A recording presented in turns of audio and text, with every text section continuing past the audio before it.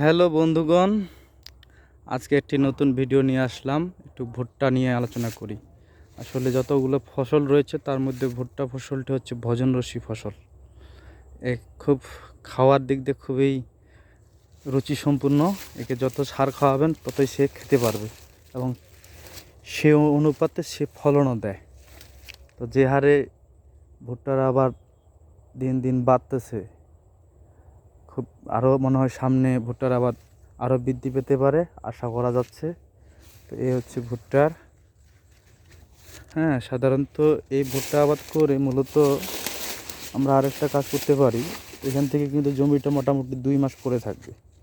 এক্ষেত্রে আমরা যদি পাটের চারা করে যদি রোপণ করতে পারি, তাহলে এই 2 মাসে আমরা পাট আবাদটা করতে পারি। এটা আমাদের জন্য প্লাস পয়েন্ট। আর যেহেতু পাট এমন একটা সময় হয়, চাষাবাদ হয়, অন্য কোনো আবাদ বা অন্য কোনো ফসল ওই সময় হারভেস্ট হয় না বা চাষাবাদ করা যায় না। সেক্ষেত্রে আমরা পাটটা আমরা সুন্দর লাগাইতে পারি চারা করে যদি আমরা কাদা করে যদি লাগাই, সেক্ষেত্রে খুব ভালো হবে। পাট 1 মাস আগায় যাবে। ঠিক আছে, ধন্যবাদ সকলকে। ভালো থাকবেন, সুস্থ থাকবেন।